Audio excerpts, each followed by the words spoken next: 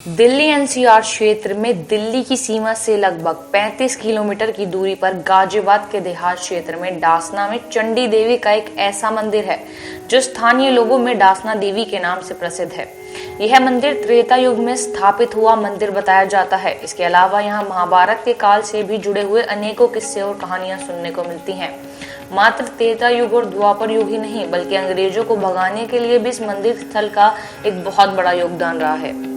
चंडी देवी या डासना देवी के इस मंदिर के विषय में कहा जाता है कि ये एक ऐसा मंदिर है जिसमें पौराणिक काल से लेकर आजादी की लड़ाई तक के अनेकों रहस्य और प्रमाण छुपे हुए हैं। यह मंदिर गाजियाबाद से 8 किमी दूर हापुड़ रोड पर जेल रोड से दक्षिण दिशा में जाने पर डासना कस्बे बताया जाता है कि मंदिर स्थापना से पूर्व भी स्थान पर कई ऋषि मुनि तप किया करते थे और यह जगह प्रसिद्ध तप स्थली के रूप में जानी जाती थी, जिसके बाद त्रेता युग में परशुराम ने यहाँ शिवलिंग की स्थापना की थी। देवी के काली स्वरूप की मूर्ति में जीभ बाहर निकली हुई है। वह कमल के फूल पर खड़ी है। मूर्ति कसौती के पत्थर की बनी है।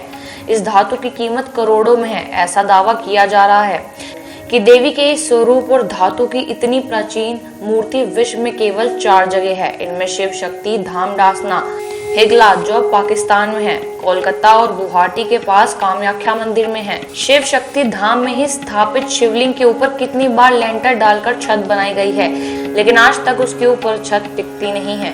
लेंटर में रात को या अगले दिन ही दरारें पड़ जाती हैं। मान्यता है कि मंदिर में स्थापित शिवलिंग और देवी की काली स्वरूप की दर्शन करने से भक्त की हर मनोकामना पूरी होती है। पूरे देश में केवल 2 ही मूर्तियां इस पत्थर की बनी हैं, एक मां काली और एक डासना देवी की। ये पत्थर कसौटी पत्थर कहलाता है। स्वामी जगतगिरी महाराज ने सरोवर से प्रतिमाओं को निकालकर पुनः मंदिर में स्थापित करवाया था। शिव शक्ति धाम डासना मंदिर में लखोरी ईंटों का उपयोग है। इसे देखकर लगता है कि संवत मुगल काल में इसका निर्माण हुआ है। मान्यता ये भी है कि यह मंदिर महाभारत कालीन है और अज्ञातवास के दौरान पांडवों ने भी इस मंदिर में शरण ली थी। मुगल काल में ही मंदिर को क्षतिग्रस्त भी कर दिया गया था। मंदिर के तत्कालीन महंत ने मुगलों से छिपाकर मंदिर में लगी हुई मूर्तियों को तालाब में छिपा दिया था। कहा जाता है कि करीब 2 साल बाद मंदिर के तत्कालीन महंत जगतगिरी महाराज के सपने में देवी ने दर्शन दिए और मूर्ति के तालाब में होने की बात कही। उन्होंने तालाब से खुदाई कर मूर्ति को निकलवाया और फिर इस मंदिर में स्थापित किया। स्वामी जी, कुछ लोगों का ये भी कहना है कि जो ये ताजमहल है 7 वंडर्स ऑफ द वर्ल्ड में जी, ये एक हिंदुओं की बनाई हुई मॉन्यूमेंट है। इसके बारे में आपका क्या कहना है? देखिए, जो ये कहते हैं बिल्कुल सही कहते हैं। ये हमारा शिव मंदिर है। ये राजपूत राजाओं ने इसे बनाया था। अरब के जो जंगली लुटेरे थे ये कुछ बनाना नहीं जानते थे, ये केवल तोड़ना जानते थे। देखिए, आज इस देश का दुर्भाग्य है कि इस देश में कोई भी इस तरह से शोध नहीं होता है। अगर इस देश में ठीक से शोध हो तो ये सच्चाइयाँ पता चलेंगी किस तरह से हमारी सभ्यता को, हमारे धर्म को, हमारे मंदिरों को तोड़ा गया है। आपने देखा होगा कि अरब के जब जो जंगली लुटेरे आते थे ये ज्यादातर हमारे मंदिरों को तोड़ देते थे। जो अरब से आते थे या अरब की विचारधारा से प्रेरित जो जंगली लुटेरे आते थे ये बनाना कुछ भी नहीं जानते थे, केवल ये हमारी इमारतों को तोड़ते थे, हमारे मंदिरों को तोड़ते थे। जो इमारत इनके काबिल होती थी रहने लायक उसमें रहने लगते थे। और वहाँ ये क्या करते थे कि हमारा निशान, हमारे धर्म के निशान मिटा के अपने धर्म के निशान लगा देते थे। आप अगर कभी अरब में जाएं या अफगानिस्तान में जाएं या उन जगह पे जाएं जहाँ से ये लुटेरे हमारे यहाँ आते थे तो आप देखेंगे कि इन्होंने अपने यहाँ कुछ भी नहीं बना रखा। अपने यहाँ इन्होंने कुछ भी नहीं बना रखा। और भारत जो उस समय दुनिया का सबसे बड़ा संस्कृति का और आर्किटेक्चर का सबसे बड़ा केंद्र था, धर्म का सबसे बड़ा केंद्र था, जहाँ बड़े बड़े विश्वविद्यालय थे, वहाँ कहते हैं कि जी ताजमहल भी हमने बनाया, लाल किला भी हमने बनाया, ये भी हमने बनाया, वो भी हमने बनाया। ये सब इनके झूठ है।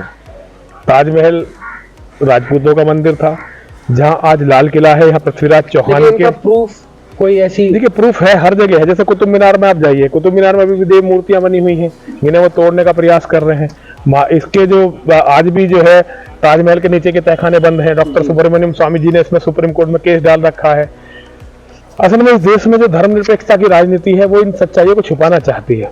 ताजमहल का अगर आप आर्किटेक्चर देखेंगे तो आपको पता चलेगा कि ये हिंदुओं का मंदिर है। एक पुरुषोत्तम नागेश ओक बहुत बड़े इतिहासकार हैं, आप उनकी किताबों को पढ़िए, उन्होंने पूरे प्रमाण दे रखे हैं कि ये हमारा हिंदुओं का मंदिर है। कुतुब मीनार हमारा जो है गणेश स्तंभ था, आज भी वहाँ देवताओं की मूर्ति है, सूअर के चिन्ह बने हुए हैं। सूअर हमारे यहाँ तो देवता माना जाता, सूकर।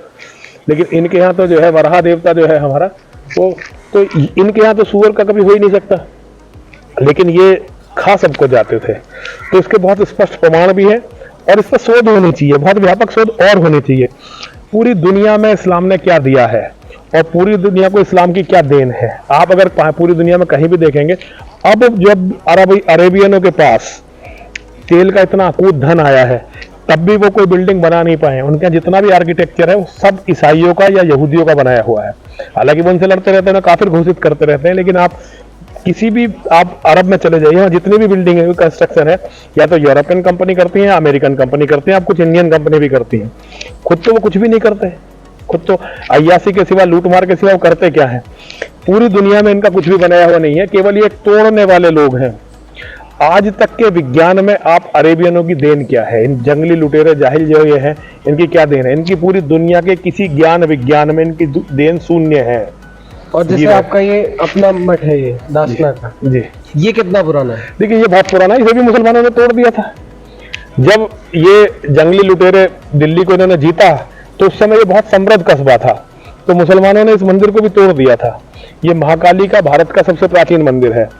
देवादिदेव कितने साल पुराना हो गया? देखिए मैं वही बता रहा हूँ आपको, देवादिदेव भगवान महादेव शिव के परम भक्त भगवान परशुराम जी ने इस मंदिर की स्थापना की थी। पांडव इस मंदिर में रह के गए हैं। हमारे यहाँ जो शिवलिंग है, ASI ने उसे 5200 साल से ज्यादा पुराना का सर्टिफाइड किया है। और महाकाली की सबसे प्राचीन प्रतिमा, जो पूरी दुनिया की सबसे प्राचीन प्रतिमा है, वो इसी मंदिर में स्थापित है। ये मंदिर भी अरब के जंगली लुटेरों ने तोड़ दिया था। जो भी उस समय पुजारी रहे होंगे, उन्होंने माँ की प्रतिमा को इस तालाब में छिपा दिया था। ये बराबर में तालाब है। कई सौ साल तक माँ इस तालाब में विश्राम करती रही। जब मुसलमानों का राज खत्म हो गया, अंग्रेजों का राज शुरू हुआ, तब ये मंदिर दोबारा बनाया गया। लगभग 350 साल पहले, आज से 300-350 साल पहले ये मंदिर दोबारा बनाया। यहाँ पर कुछ दीवारों पे उर्दू में भी बहुत कुछ लिखा हुआ है। हाँ देखिए क्या है कि एक समय ऐसा था जब पूरे भारत में हिंदी थी नहीं। हिंदी तो लिपि जो है अंग्रेजों के कारण बनी है।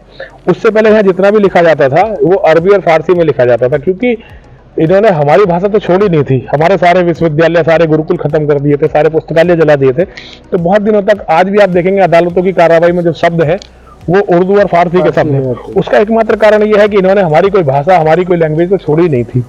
हम इनके सबसे बड़े पीड़ित हैं। इस्लाम का जो जिहाद है, हम हिंदू दुनिया में उसके सबसे बड़े पीड़ित हैं। लगभग ऐसा अनुमान है मेरा कि मुसलमानों ने 500 करोड़ हिंदुओं की हत्या की है। इन मुसलमानों ने 500 करोड़ हिंदुओं की हत्या की है और इसका प्रमाण है।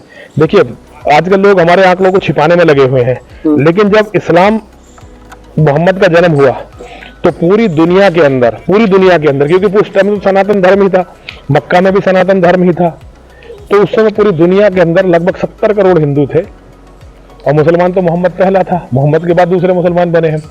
जब मोहम्मद बिन कासिम भारत आया, मोहम्मद की मौत के करीब 50-60 साल बाद मोहम्मद कासिम भारत आ गया था। तो उस समय जो है पूरी दुनिया में हिंदू तो लगभग इतने ही थे, लेकिन 5 लाख मुसलमान हो चुके थे। जब अंग्रेज इस देश में आया, जब अंग्रेज ने भारत का शासन मुसलमानों से लिया, तो केवल 20 करोड़ हिंदू पूरी दुनिया में बचे थे। कितने? 20 करोड़। जो 70 करोड़ थे वो केवल 20 करोड़ बचे थे पूरी दुनिया में। 18 से 20 करोड़ बचे थे पूरी दुनिया में। इसका मतलब प्रूफ, फैक्ट्स? हाँ, ये तो डेमोग्राफी है भाई। ये तो आंकड़े हैं, वैज्ञानिक आंकड़े हैं। इसे तो आप कहीं से भी ढूंढेंगे, वैज्ञानिक आंकड़े हैं।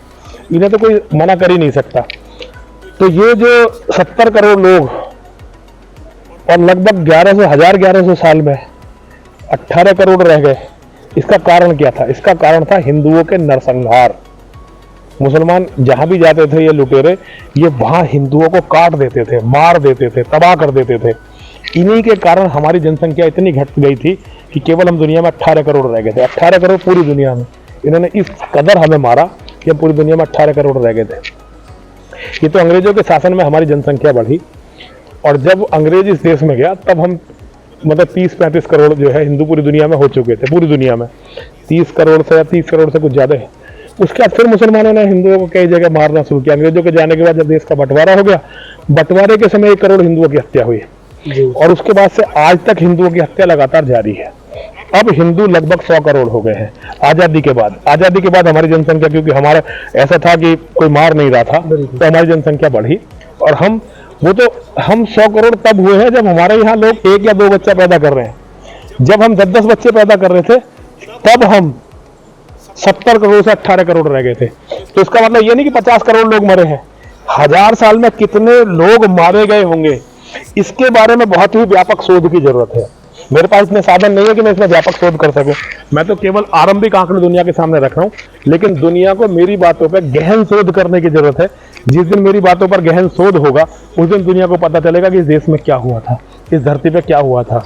इस भारत का, शायद भारत पहले तो पूरी भारत से बहुत बड़ा भारत था, जो अखंड भारत है, जो प्राचीन भारत है, उसका कोई ऐसा कोना मिट्टी का नहीं है, कोई ऐसा कण मिट्टी का नहीं है जिस पर इस मलेच्छों ने हमारे लोगों का, हिंदुओं का खून न डाला हो। पूरी धरती हमारे खून से लहूलुहान है। बहुत बहुत धन्यवाद।